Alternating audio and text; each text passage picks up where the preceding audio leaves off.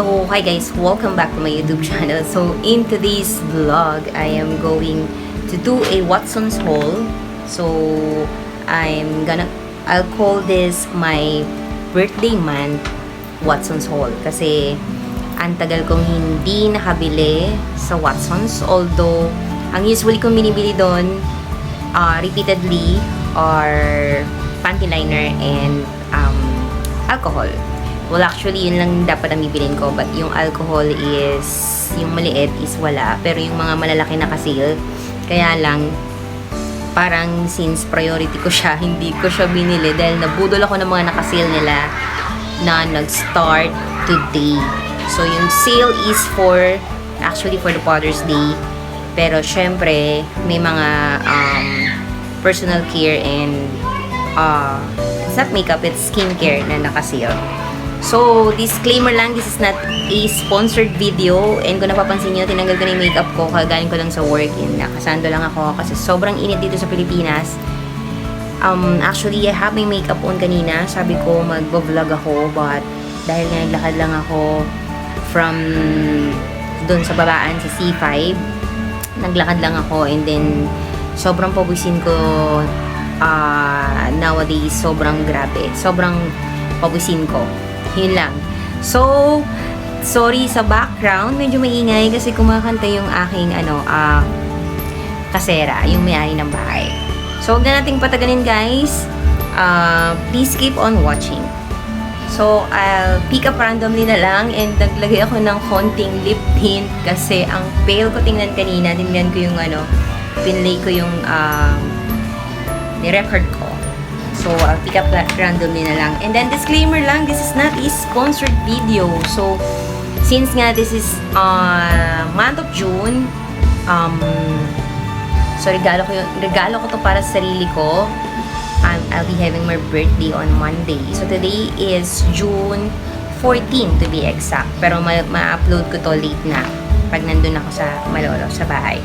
So, yan, pick up randomly na lang natin.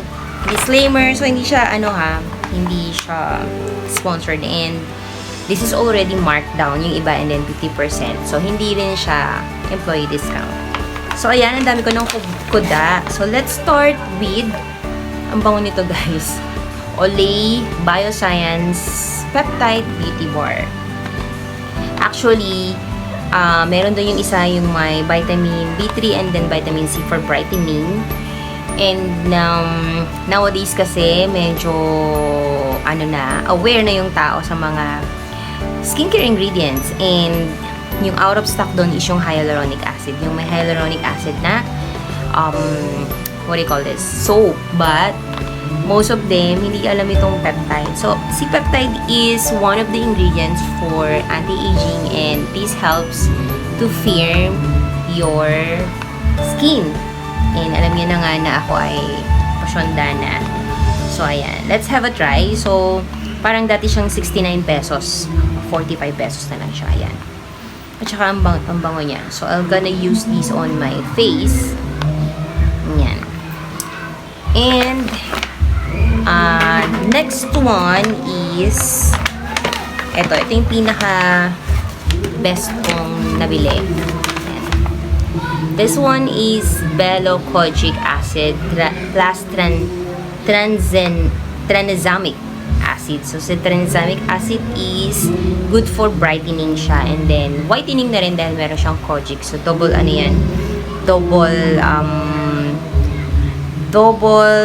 ingredients na double na nagtandem pa sila for brightening and skin whitening. Yun. Alam niyo naman dito sa Pilipinas, ang mga Pilipino gustong pumuti, isa na ako doon.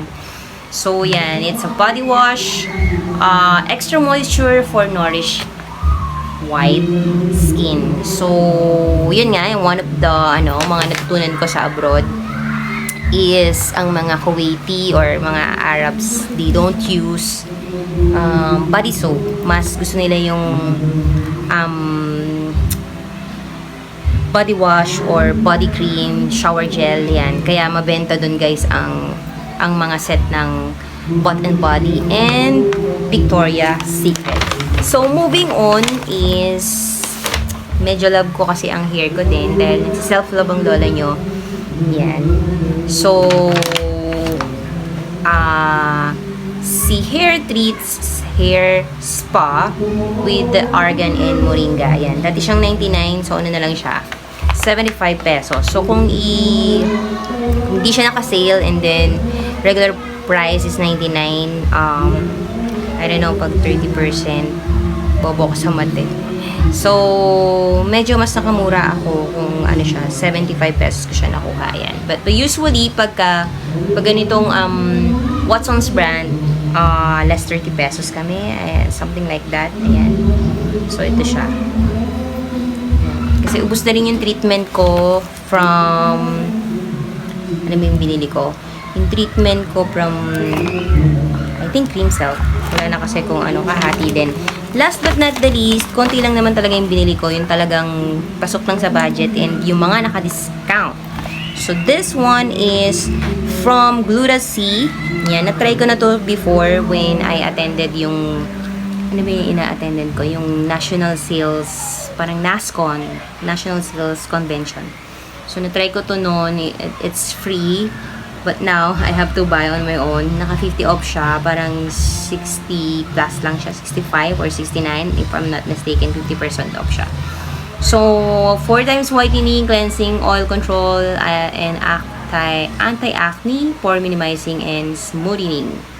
Yun siya. Kaya ako siya kinuha dahil ayan, nabother ako dito sa isang piraso kong pimples. One of the reason ba't ako nagka-pimples, as of now, meron akong monthly period and then parang 2 beses ako nag-exfoliating. So, it's a topical exfoliating, yung mga may beads na or scrub. Avon yun yung ginamit ko. And then yung isa is, I forgot, parang yung sample ng Cetaphil. So, yun, over-exfoliate. Kaya yan, nahukay ko yung yan. Actually, maganda naman na lumalabas ang pimples kasi it means nalilinis niya yung loob, yung pinaka-inside ng ating pore. Kaya lang, syempre, nasa beauty industry ako, so medyo bothered ako pag meron talaga akong pimples. So, I have, maybe lalagyan ko yan ng pimple patch or yung Acne's spot gel. So, yun lang naman yung napamili ko. Nakaano rin ako, guys. Check ko yung resibo. Naka 352.50 ako.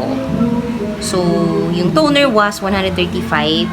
Yung naka 50% siya. 67.50 pala. And then, yun nga, si Olay, 64 less 19. Ano lang siya, 40 plus.